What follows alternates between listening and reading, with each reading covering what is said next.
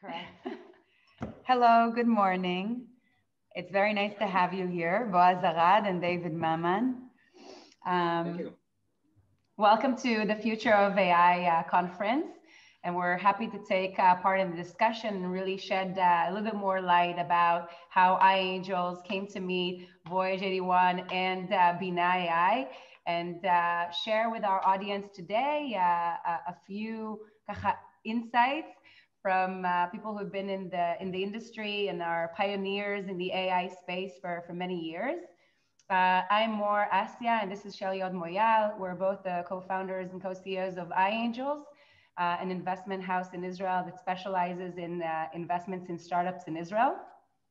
We have been actually active in the AI space for many years now, and it's definitely a theme that has been taken across multiple portfolio companies. And today, I think very difficult to say that core IP of a company that's looking to penetrate a huge market can do it without a significant AI focus. So maybe we'll kick off by allowing our entrepreneurs to introduce themselves, and then we'll kick off our discussion. So David, how about you start? Sure. So hi everyone, and I didn't know that I'm coming to the future, but this is the future of AI, so that's that's already amazing. My name is David Maman. I'm the founder and CEO of Binah.ai. A few words about myself. So I started pretty early. I graduated my master's degree in computer science and applied mathematics at the age of 18. And since then, I guess I was an entrepreneur besides my army service at the IDF. I was always into technology. You know, people use the definition of AI, which is, let's be honest, it's a marketing definition. But the first time that I put it in use was on the late 90s, where I've implemented the Markov chains mechanisms in order to detect things that doesn't make sense, I guess. And statistical estimation was always part of my life for the past 20 years, and it doesn't matter in which specific ventures I use those kind of capabilities. And today I'm working on probably the most exciting venture that I've ever done, where we're disrupting the remote diagnostic market by using hardcore AI capabilities. And at Binah, I think in a very high level, we're using any kind of a smartphone, tablet, or a laptop in order to change the way that people talk with a doctor with the ability of remote extracting vital signs. And that's, I think, what we do in a nutshell. Thank you, David. Boaz? So thanks for having me.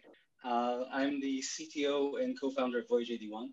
And the story of Voyage 81 actually starts back in 2012 when I was starting my master's degree. And I was studying something very theoretical at Ben Gurion University, spectral imaging. And at the time, myself and Professor Ben Shachar, one of the co-founders, had no idea that this would have any commercial or even AI applications. Fast forward about 6 years, and then we met Niv Price, our CEO, and Rafi Gidron, our chairman, and realized that we have an opportunity here to allow vision systems not only to understand the world around them using shape and texture, but rather using physics-based tools which allow us to understand the materials that we're looking at. And this allowed us to solve some very difficult problems in AI and in imaging. And as kind of an added bonus, we realized that we can also greatly improve the performance of cameras in low light conditions with a very small and cost-effective tweak. So I think it's been a fascinating journey up until this point, and I'm really hoping that we can partner with companies like Binah and allow them to take advantage of these physics-based abilities to better understand the materials they're looking at. I think it's especially relevant for companies in the medical space, in the agricultural space, anyone that has a clear benefit from understanding the material composition of the objects they're looking at. Great, fantastic. I want to start with kind of a big question. So people are saying that AI is going to be bigger than internet. What do you think about that? So I think that I actually thought about that when I've heard about this conference many, many weeks ago, of course. I thought about it that AI is not just about bigger. AI, I consider it as the savior of humanity. And I want to give a specific example about why do I mention it this way. Because if people thought about AI, how we can save money and how we can make more money, but it's becoming a much greater thing. Because if we'll take a look about healthcare today, and two of the largest problems in healthcare is one, healthcare availability. we live in the Western world of Israel, or whether it's New York or Singapore, or maybe even France, when we have on an average about 3 doctors for every 1,000 people. But there are countries of hundreds of millions of people that have a doctor for every 20,000 people, for every 30,000 people, and sometimes even for every 100,000 people, like in Africa. And in those kind of conditions, it's not going to get better. It's actually going to get much worse. Within the next 9 years, we're going to lack about 15 million people in healthcare profession. And without AI, there is no way to compensate on this kind of a voyage. No double punt, of course. But when we're talking about this kind of problems, that each and every year, almost 100 million people are pushed into extreme poverty just due to health expenses. That's horrible. So I consider AI as the humanity's savior. Is it going to be bigger than the internet? No doubt about that, because it's going to be part of each and everything that we do. And even without even discussing about what Binah is doing specifically, when we disrupt the remote diagnostic market, I think as an AI, as one of the most important thing and component that actually brought us to the line where we as an entrepreneur, and we as an innovator, Boaz, myself, and thousands of other entrepreneurs in Israel, have this kind of a tool set that have actually made the jump that humanity cannot do without. And if in the past it was, yes, we just write a software and it can analyze a specific amount of data, that's not enough. We need to get to the point of insights that humanity by itself cannot do. So AI provides us this kind of a jumping in order to get to the future. So that was my. AI also went through a big jump recently. Oh yeah, every year now for the past 6 to 7 years, it's making a huge change. It started with having the infrastructure that can support those kind of capabilities. And then it went to having enough data that we can actually analyze. And then it moved to having enough processing power that we can do that. And then, of course, all the amazing algorithms that are coming out on a yearly basis today. Actually, we had an interesting discussion, Boaz, where you talked about the computing. Where is it going to sit? Is it going to sit in the cloud? What do you think about that? So I think we're hearing a lot about the edge versus the cloud. Are we going to have still powerful devices in the user's hand? Are we going to do a lot of processing on the cell phones, on the vehicles themselves? We're talking about self-driving cars, or is all this moving to the cloud and it's going to be done on some remote server using fast connections like 5G? And a lot of people are saying this is going to be cloud all the way because we can keep all the computing in one place. And I just can't see that happening. I think that we're going to see still a lot of cases where we're going to have edge computing. You can't have a self-driving car or a driver assistance system that will suddenly fail because the cellular reception went away for a second. Suddenly you can't detect obstacles because you don't have any cellular reception. There are areas where you don't have cellular reception at all. There are things even in cellular, if you're doing high frame rate video, that we don't see yet the technology being fast enough to move that to the cloud, get that process, bring it back to the user to see in real time. So I think there's still a lot of edge computing that we're going to see, but of course, a lot of cloud computing at the same time. So it's going to be a very interesting balance between these two opposite directions. By the way, I completely agree with Boaz, and it's actually even going to be much more interesting because even let's forget about 5G. We are into innovation. 6G, we're going to have a terabyte per second. Keep in mind, if a driving autonomous car have 19 8K cameras surrounding it, and it needs about 20 terabytes a second in order to process it, there is no way those frames are going to get to the cloud. So everything is going to be on the edge. There's no doubt about it. But keep in mind, we will definitely need the cloud in order to process those petabytes of data in order to build those obsolete and amazing models that can run on the edge, but we'll definitely need to run eventually on the edge device itself. Supercomputer per person. I have a question. Supercomputer, but definitely I have to agree that it's always a game of catch up. You see people talking about 5G and they're telling you we're going to be able to do 8K video in real time remotely. And while they're saying that, while 5G is rolling out, we're already seeing 50 and 100 megapixel cameras coming out in phones today. So by the time 5G is rolled out, then the amount of information coming in is going to be too much for 5G. And then 6G is going to come and say, we'll solve it. So yeah, we'll always have something going on the edge. I have a question. It sounds still that we're covering things that AI is going to take care of in terms of like push demands, like things that we recognize today. We already know that these are things that we need, that there is an amount of demand or an amount of consumption that has to be met. And so we're leveraging AI tools to be able to meet that, that push requirement.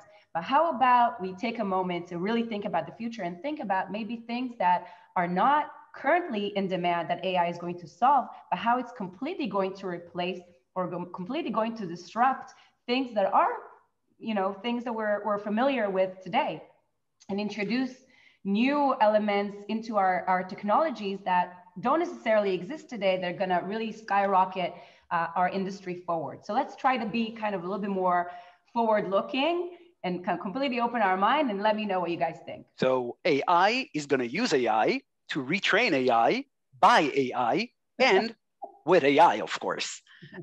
And I'm not trying to make anyone laugh, but I'm completely honest. Think about that. Because today, first of all, we're sitting in order to determine which exact use cases we want to solve. We're thinking about, yes, we want to make more money by algo trading. We want to make healthcare available for everyone. We're going to make visibility much, much better. Definitely worthwhile use cases. But I think AI, because of its ability to use so much data, and just by analyzing all the different papers that are coming out in all the different academias worldwide, it can, first of all, prioritize which are the most interesting subjects. And by using AI in order to build that, then it can automatically define which kind of data set it should actually get access to.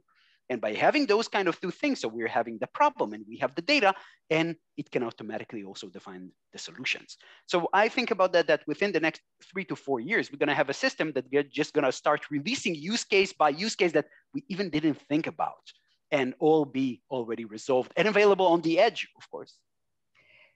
One thing I'm seeing, which is very interesting, I think, in the context of our use cases, is that for many years and to this date, vision systems have been trying to mimic human vision. We've been trying to catch up with what humans can see and what human vision can do. And even if you look at the design of cameras, we started out with RGB cameras back in the days of film, trying to mimic human vision. And then digital cameras came out that tried to mimic film cameras, and we're still playing catch up. And I think it's about time to flip that around and say, well, what's the best we can do? We have these image sensors, we have different optical filters. What can we do? What's the best camera that we can design? And then work backwards from that and figure out how to best use it, because we're better than human vision today. We can do much better than that. RGB is obsolete. There's no reason to try to mimic the human eye when we can see more, we can do better, we can get more information from that.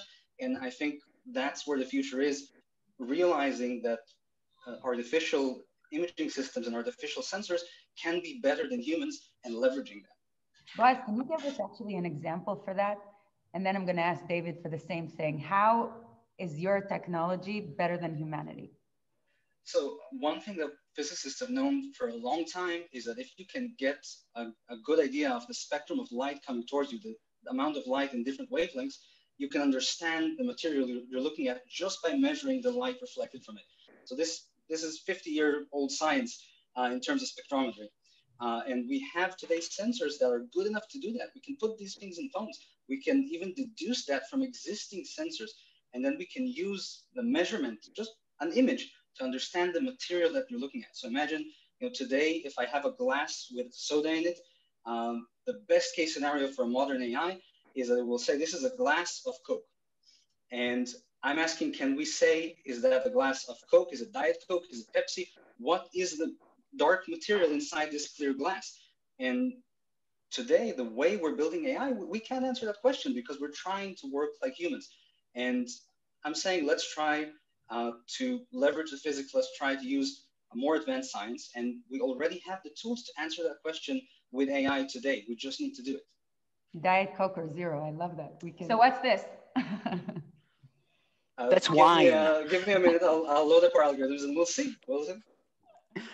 So I actually, after the first time I met Boaz and we discussed Voyage 81, and I was fascinated by sorry for jumping in, But after I went home and at night, I thought about it that computer vision today and the capability of AI today is sort of like people that don't see real colors.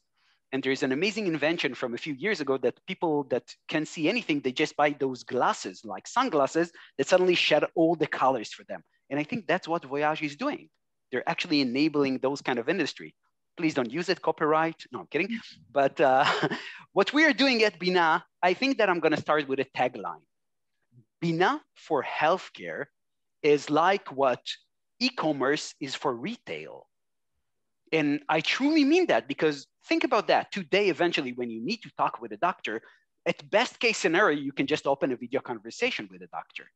And then he can start asking you what's wrong with you, where it's painful, how do you feel, and all those kind of nagging questions. But if you would have gone to a clinic or just any kind of a hospital, it will always start with the basic diagnostics of measuring your vital signs, whether it's a heart rate and blood pressure and oxygen saturation, respiratory rate, and sometimes even heart rate variability.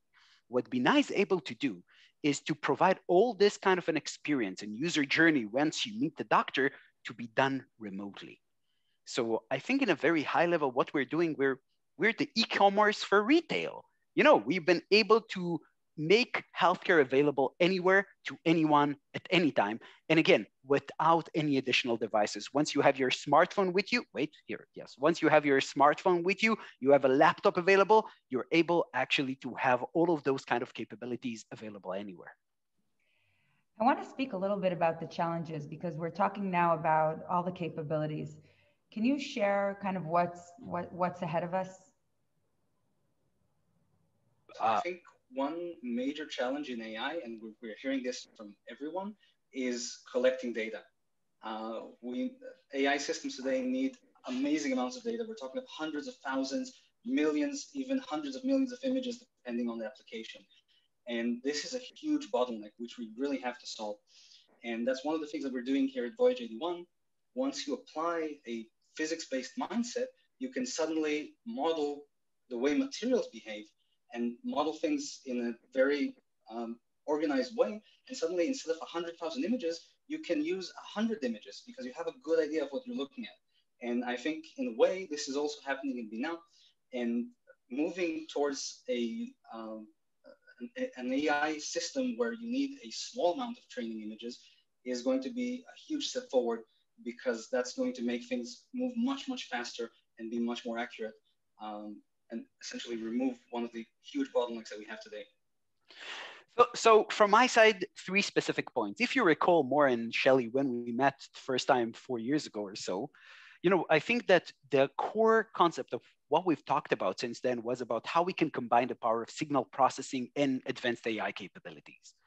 And I think people now realize, after many, many years of chasing endless amount of data points and without even the ability to understand how good is the data basically, because people forgetting, because it's always garbage in, garbage out. If your data set includes a lot of things that won't help you, you'll get a shitty results all the time. And when we're seeing where the world is heading, I think it's not just about the data set, but one point that truly made me think about last week, if you recall, Google have announced we won't be using any more data that is not based on our servers. So I think maybe Google just have enough data.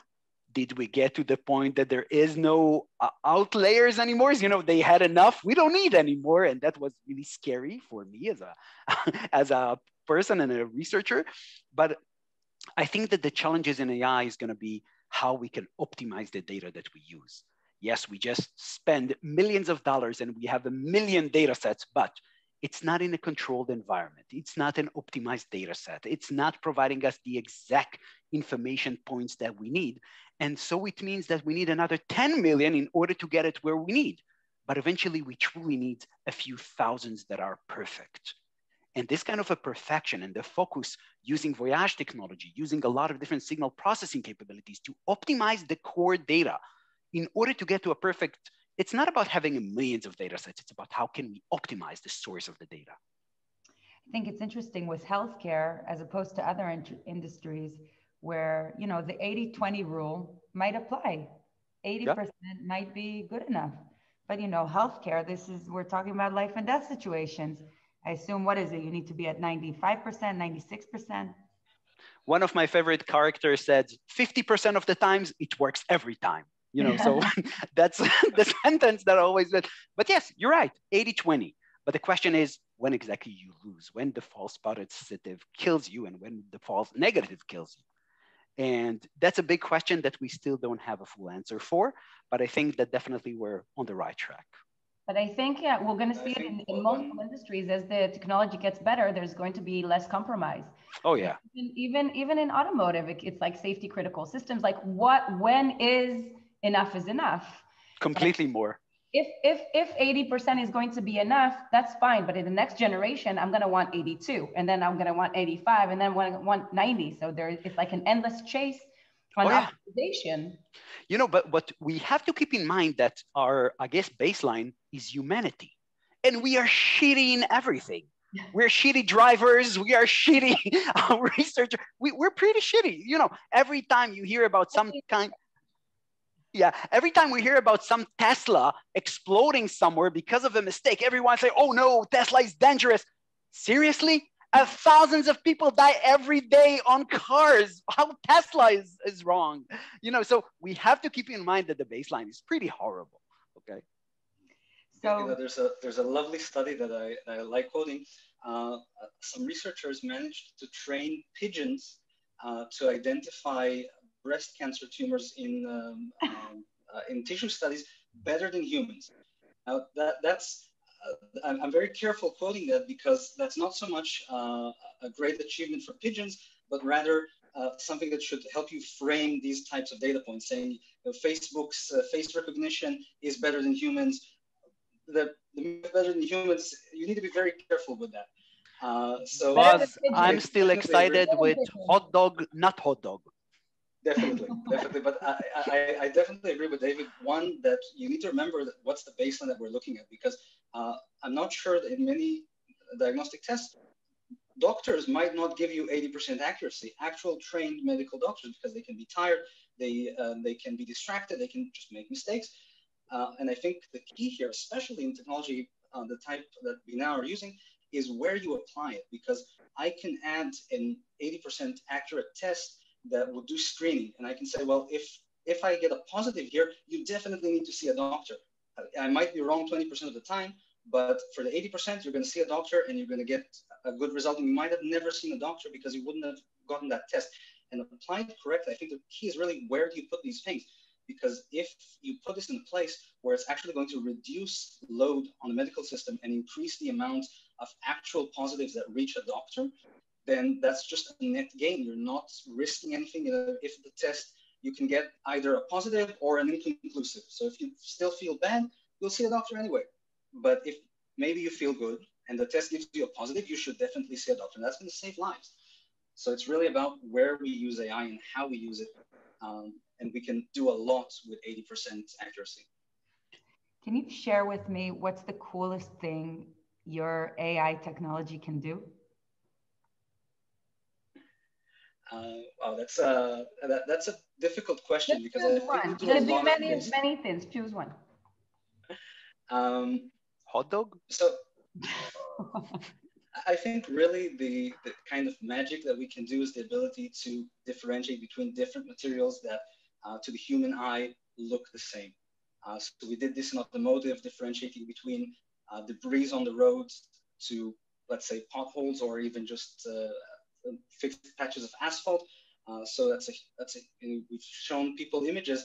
Is this a shadow or a tire that someone left on the road? And people can't see, and we can see that because we can differentiate between the asphalt and the rubber. We've done this for humans, for recognizing actual humans versus masks, or let's say plants versus plastic plants. So it's kind of a magic ability that you can see things that most AI algorithms can't see, and humans definitely can't see. So I think that would be the coolest thing that we can do. David, you're next. I think you can do much more cool things. Like, to be honest, no, the debris and holes, it's great. Don't get me wrong, but I think you can do much, much cooler things. Sorry. I think it's really just the principle of seeing the invisible with a regular camera. I think that's I agree. That's cool. So I think that for us, many times when you're doing a real research, let's be honest, the majority of the companies mostly focus on development. They have amazing products and they have amazing plans, but eventually it's development. And many times people don't understand the differentiator between development and research. And just as a 60-second example, 200 years ago, there was no electricity available for everyone. Everything was about the candle industry because eventually you needed to have light available. And when we're thinking about candles, the best engineers of these times were really focused on making sure the candles will have the best light possible, the best sense, will work in any conditions. And people say that they spend about hundreds of millions of dollars on making candles better. But with all those kind of spending, not even $1 that was spent over candles have actually brought electricity. So that's, I think, the difference between research and development. And at Binah, we had this kind of an insight amazingly. One of the cool things, we've been able to detect that we can actually measure PCO2, not PSO2, which everyone is focusing about, not SPO2, sorry, PCO2. We can actually measure oxygen. It's not in production yet, but we were fascinated to find out how using those kind of capabilities, we can actually measure PCO2. And that was amazing because there is no product unless you buy a capnograph in $20,000 that you can use at home. And hopefully this year we'll be able to make it available on smartphones. So I guess it was a really exciting, not hot dog yet, but we're almost there.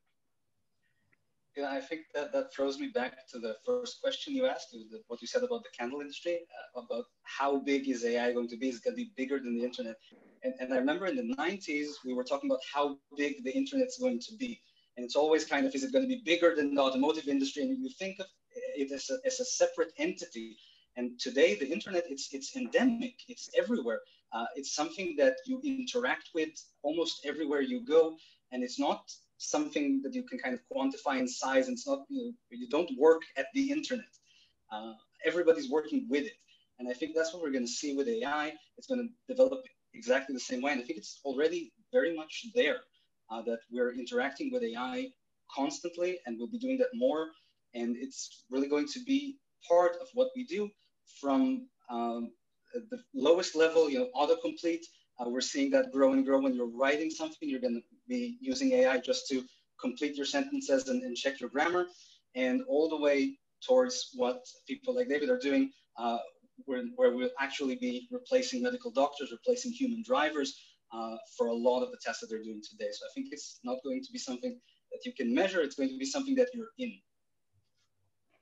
I love one of the things that I really love about both companies is the fact that this is how really AI, or like the most advanced technology and the most advanced, algorithms meet at the end of the day, the consumer, right? Because for both companies, we're taking something like this and making it, 100 times smarter, answering everyday use cases. And like something I really love to mention is that at the very beginning, about a year ago, when the corona really just started and people were really alarmed and doctors were wearing space masks to just meet patients for the first time, I came down with it like a terrible, terrible fever. I didn't leave my house. I didn't leave my bed. My husband was like freaking out. And I remember Shelly told me, just like open Binah, just let's see what it says. Let's see what it says. And I got like the beta or something. It was like a year ago. And I did it. And David said, like, listen, no way, it's corona. Your saturation is up. This is up. This is up. It's probably not corona. You don't have anything to worry about. And true, like the day after, like a couple of days after, I felt fine. It was a strep, and I got better. But like to my household, this was something that was pivotal, because otherwise I would have ended up going to a hospital. I might have had to go into quarantine away from my family, from my kids. So this is something that's so practical that really changes everyday lives. And I think about both companies, and this is something that I want to make sure that everybody who's listening is leaving us with, is how this is becoming our reality. This is becoming a day of life and a technology that you're going to be using every single day, whether you know it, whether you admit it or not admit it, whether you consciously use it or not consciously use it. It's going to be really a fundamental reality for end users, for end customers, just using, you know, a device that's today an extension of our right hand, right? So maybe leave us something like with something inspiring for the few minutes that we have about how you see your product becoming, you know, something that is just commonly used every single day with every single end customer, end user. And it's not something that happened overnight. You guys are really pioneers in this space, and it's a vision that you had for quite some time. That's today becoming a reality. So let's kind of leave our listeners with something inspirational about that. So I will start. I think that having the ability to have, let's think about 2 years forward, 3 years forward. Let's have 15 different vital signs that will work each and every time you will just use your phone. You know, the average person uses their phone about 3.5 hours a day. The tech people use it about 6 hours a day. Yeah, exactly. So I think that each and every time you use your phone, because your camera is already directed at your face, we will be able to extract more and more vital signs. So we will be able to build a baseline. And by using the microphone in your smartphone, we will record your sleeping behavior and we will record your breathing while you're asleep. So we will have 24/7, and then the fun will start. Because then we will be able to predict 3 days before you get a cold, 20 days before your lungs will start, you know, falling apart, a month before any other serious medical condition will happen, and personalized healthcare by using AI is the future. And once we're able just to make everything available for you, instead of buying 20 different devices that you will need to hold with you and measure every 20 minutes, we'll be able to do it just because you use your Instagram and watch games and watch movies and just use your phone. So that's the future for us. Boaz. So I think my personal dream is to see our material sensing technology become a platform that anyone can use on any device. And I'm hoping to see the same kind of revolution that we saw when suddenly hundreds of millions of people had cameras with computers attached to them in their pocket. And there were so many amazing applications built on this. And I think that now if we can add material sensing to that, then I'd hope to see many amazing applications, such as those that Binah are developing. Imagine how much more you could do if you had actual spectral readings from the camera. And that's just one application. I really want to see this explode and get into the hands of as many consumers as possible and become a tool for many other developers, not just us, to build material sensing based applications on a mobile platform like the smartphone. Boaz, Arad, David Maman, Voyage 81, Binah.ai, thank you very much for joining us today. Thank you, Moyal and Assia. Thanks for having us. It was a pleasure. Definitely. Looking forward to the future. Looking forward to the future of AI together. Thank you so much. Thank you. Bye-bye. Thank you. Bye-bye.